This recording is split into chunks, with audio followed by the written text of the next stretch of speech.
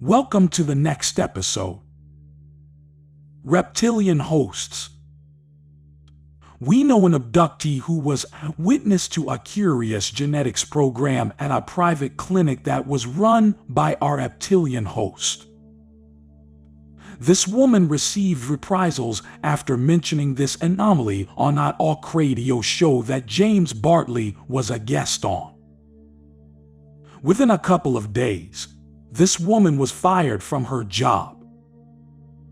One of the radio show hosts, no pundit intended, who took over the station sent the eyewitness nasty private emails admitting his own status as a reptilian in human form.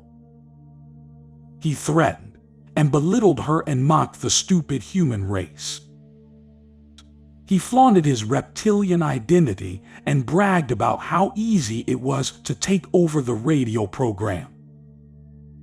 In this case, the radio host was exploiting his central position within this radio station to conduct spin control and spread disinformation about UFOs, aliens, and related topics.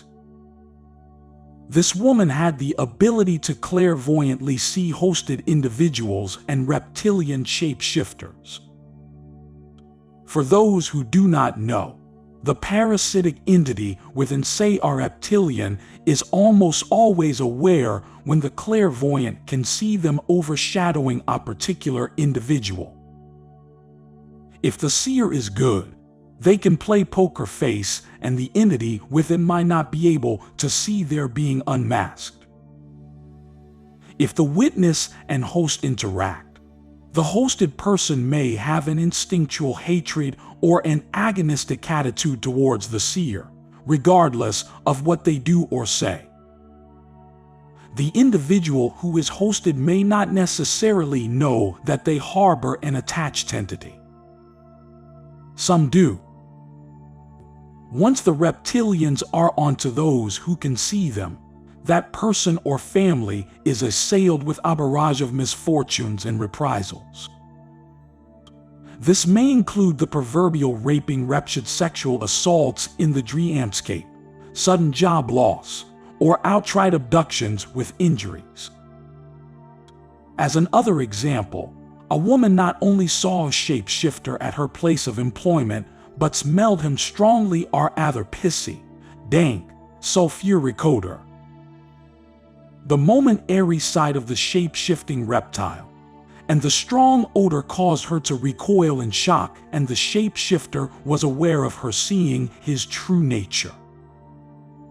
In this case, the woman was later mind scanned by this host, who had such dark brown eyes they looked black. Needless to say, this host was a wealthy, high-powered individual in a career of high authority. Not long after this woman's glimpse of the shapeshifter, she was treated poorly at work and fired without cause by her boss, who was suddenly acting all mean and manipulated. She did not vocalize this at all to her fellow employees either. Sound familiar? She and her family suffered financial setbacks within weeks of this revelation of reptilian host being unmasked. One case history worth reading is that of Colleen Johnstone, an abductee who was caught up into a channeling extraterrestrial cult for 8 years. See her soon-to-be published book Surviving the Fall. The female cult leader and channeler was hosted by demons in the guise of benevolent extraterrestrials. It is important to note here that in the channeling arena, some unclean spirits will use similar deceptive intelligence tactics in establishing their bona fides with healings, accurate information, etc. When Colleen started questioning the validity and benevolence of the cult leader's tactics, Colleen and another cultist Cappy received heavy-duty demonic attacks, which necessitated exorcism by a priest. Her life-threatening experience reads like a classic horror story exorcism. Again, some cult leaders and channelers are very dangerous. Love bite setups with reptilian-hosted individuals have been reported to be the most energetically draining. As more love bite experiencers come forward with their histories, the more we learn about the dynamics of how the aliens and especially reptilians work through humans. It is not a simplistic, black and white theory of mind control carried out by purely human MK Ultra control meisters. There is something very real about the ability of reptilians and reptilian-hosted humans to siphon off Kai or sexual Kundalini energy after their chakra energy centers have been activated via a powerful love bite. In another unpublished to-date case, the abductee was set up with another abductee who claimed to be a hybrid reptilian. It is unclear whether the self-proclaimed hybrids are really alien-hosted abductees. The important point here is to recognize behaviors exhibited, not single out any particular race, group, or gender. For all we know, the entire human race may be hybridized with several alien bloodlines.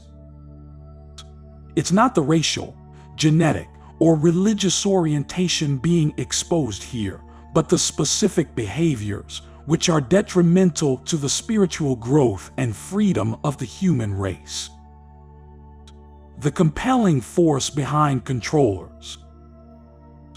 I've often wondered if the compelling force behind human controllers is a kind of hive mind that also permeates the more malevolent aliens.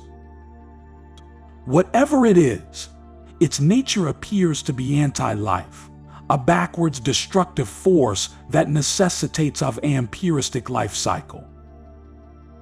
If the person is not resilient, spiritually connected, or aware enough, the hive force moves through them like candles in the wind, temporarily turning them into spellbound Muppets. This is manifested in varying degrees, the ultimate spellbound person being the hosted controller. One could say that someone becoming hosted by a non-human malevolent entity is the worst-case scenario. Perhaps the hive mind is a mild form of the Antichrist spirit or the Ahrimanic faction of the collective consciousness. For the most part, it is represented in varying shades of gray, from people temporarily beside themselves in unawareness to entire oppressive regimes like the Third Reich.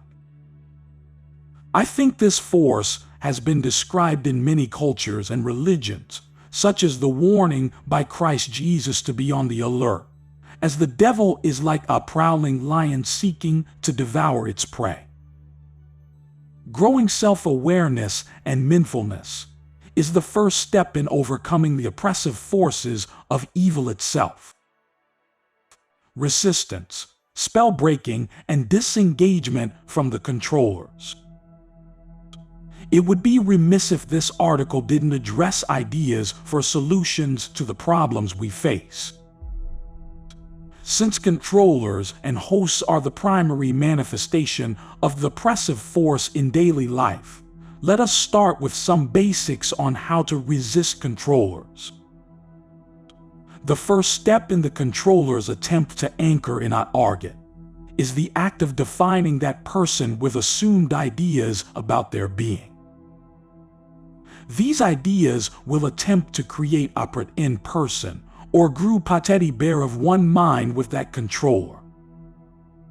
The teddy serves as an extension of the controller, a counterfeit connection fulfilling the dependency needs of the sick controller.